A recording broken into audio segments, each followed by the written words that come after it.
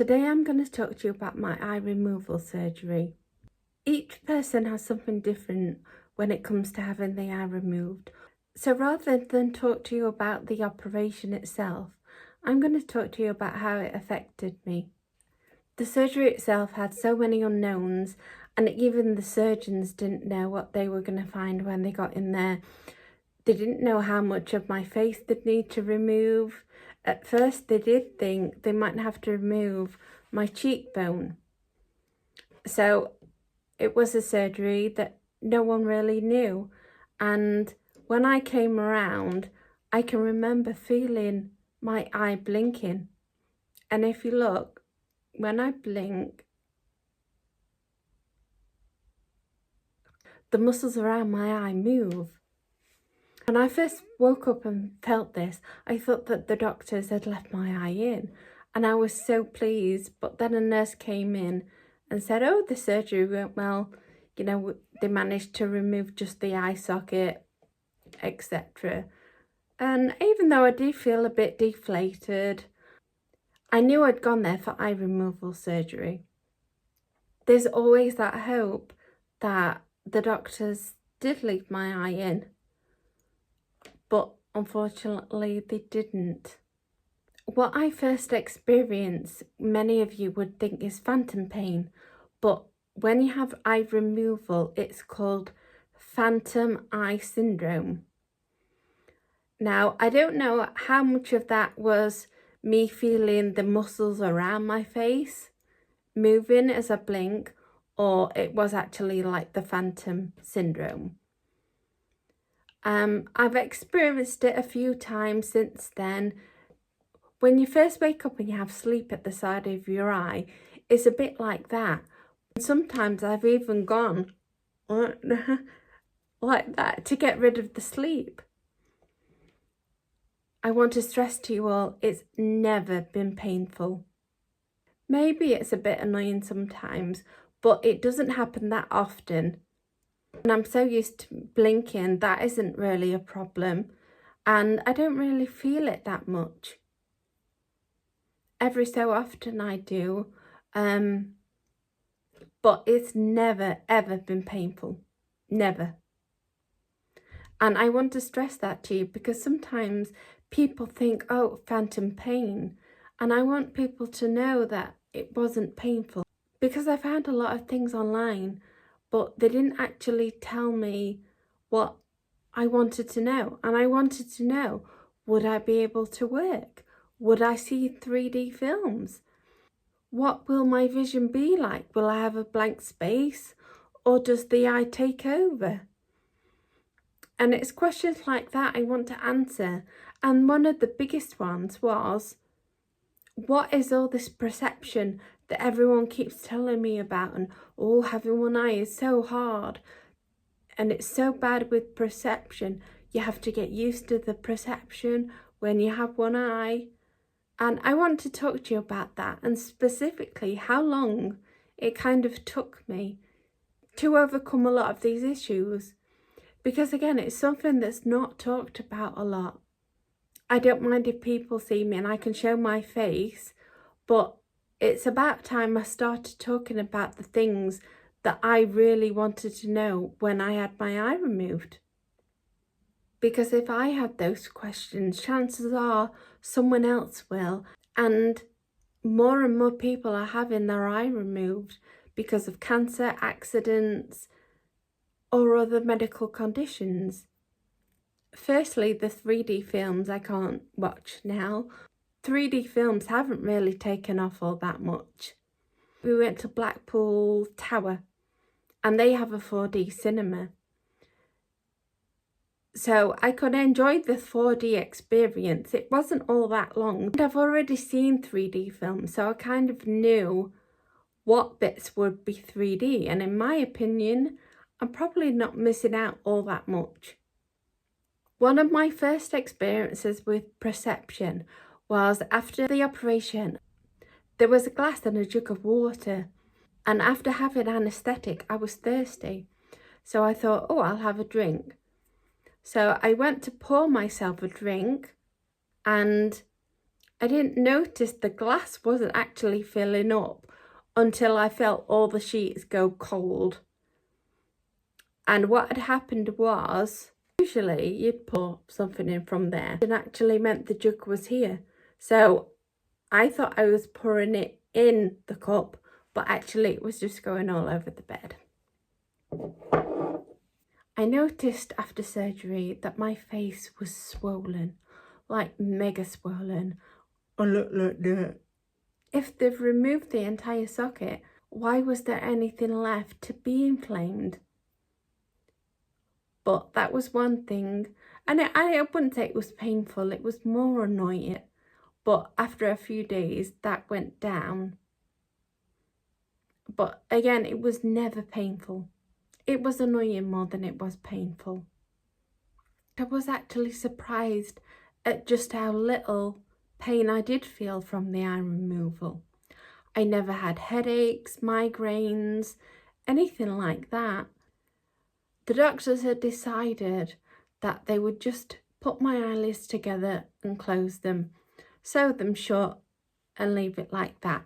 And that skin then forms to line the socket, and the socket sucks it in, but it has to be airtight.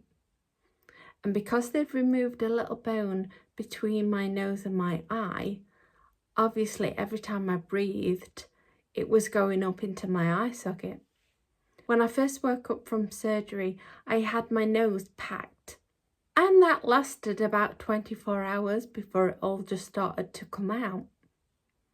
So the next idea was they would put bandages up my nose covered in an antibiotic gel.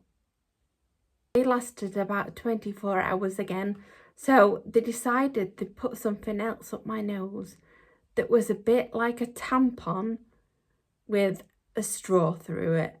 It was horrendous. That was the only time I had felt pain through having the entire surgery. In fact, they did tell me a few days after that I'd need to have it replaced. It's something to do with your infection levels, and it hurt that much that I was just like, no, if it comes out, there's nothing going back in. So they left it in for a few more days. So to most people, that wouldn't be an issue because, like I said, every surgery is different. And generally, you don't have your eye socket connected to your nose. A few days after having my eye removed, I was bored. I was on the ward. I did feel a little drained, but I didn't have any headaches. I could still walk. I was fine. I was finding myself, so I thought I'd nip down to the shop. Maybe they had puzzle books or something. And while I was there, I'd get a meal deal because we all know NHS food isn't always the best. I set off for the shop with this big cone covering my eye, and I went to get in the lift, and a guy walked out the lift, and as I turned around, he disappeared. And I thought nothing of it. Anyway, I continued on and went down to the floor I needed.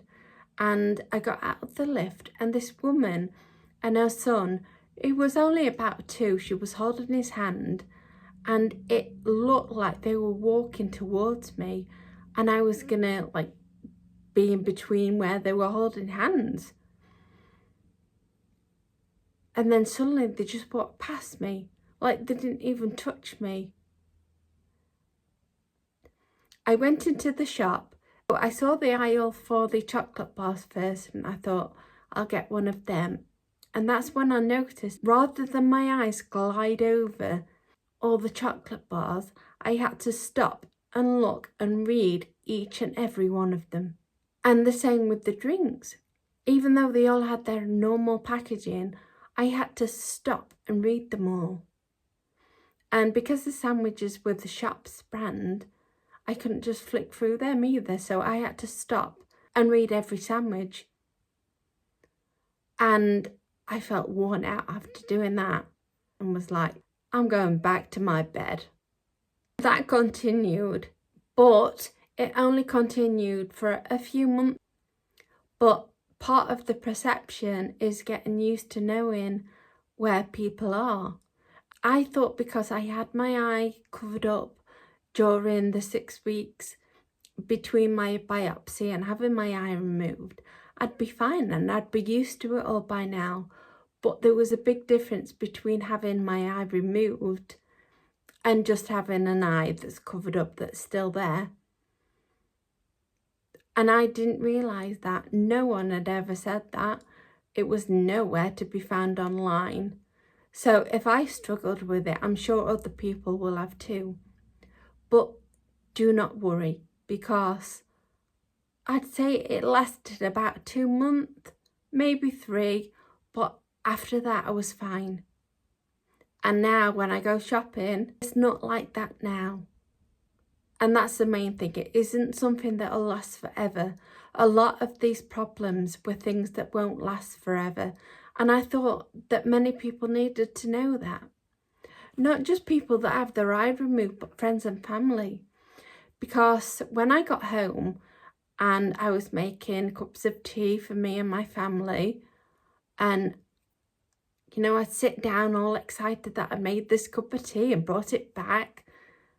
And then I go to take a sip out of it and realise it was half full. And again, that is to do with the perception. But it is something I can do now. I can put the right amount of milk in, because that was also an issue. Putting the right amount of milk in, because quite a lot of the time I'd end up with more milk than I did water. Again, it was to do with the perception. Even though my hand held up the milk and things, I didn't quite grasp the perception taken just to pour milk into a cup. But I can do it fine now. And that again is something that I think is worth its weight in gold. Because there'll be a lot of times when you first have the eye out that you think, wow, this is going to last forever. And it won't. And I think that's very important to know. Because I also found that each and every doorway I went in, I banged into. And not on this side, believe it or not. I actually banged into the door frame on this side. But again, it only lasted 4 months. If it's something you're experiencing, you can simply put a bit of masking tape in the middle of the door. On the floor, just put masking tape though, because it won't be there for very long. Because like I said, it does not last forever. And it also took me a while to get used to colours again. I can remember nipping into Tesco and thinking, oh, we'll just have pizzas. So I went to look at the big fresh pizzas they do, and the meat on them looked off. It's very hard to explain, but a lot of foods did look a bit like they were near the expiration date when there was nothing wrong with them. But then you have to take a step back sometimes and rely on other people in your family or just generally in public. Because you are going through this big change, and if you need someone to help you, that's okay, because it will not last forever. A few months and it goes all back to normal. It honestly is like I have 2 eyes still now. But everything else I was experiencing goes away. And I cannot stress it enough. You know, it might feel awful at first. And it almost feels like you're a bit boxed in. But give it a few months and you will be fine. Now, one of my biggest fears was driving. Having the biopsy, I had a few weeks where I had to live with the eye covered up. And I thought because I was okay at driving then, I'd be okay now. And believe it or not, I was right. Driving wasn't affected. I was a bit more cautious, and that can't be a bad thing when you're driving. But it was like, wow, this is the one thing that hasn't changed and I could still do. I firstly had to go around my estate, which was like a big circle. And I weaved in and out of cars, and, you know, because it wasn't busy, I did venture onto the other side to kind of grasp what it looks like when I'm too far over. And I got that right. And I've never had a problem with driving. You can drive with one eye as long as you are safe and your vision is good. I can't drive now because my eye spins round and round, and at this moment I can barely walk, let alone drive. But driving isn't something to worry about. 5 weeks after having my eye removed, I went to Dover and saw the White Cliffs, and to do that I had to go on a boat in the middle of the ocean. Like 5 weeks after my surgery, I was in the middle of the sea.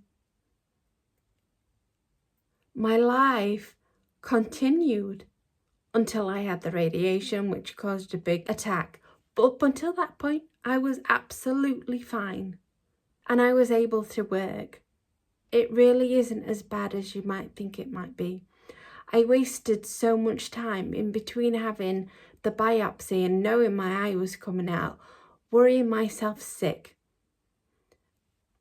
asking all these questions. And I want to share that experience with you all, just in case you do know someone that's going through this, or you might be going through it yourself. Either way, it's good to know. If you have any questions about having one eye, just ask. I'm going to do a video about playing the PlayStation VR with one eye and a few other things. Please like, share and subscribe.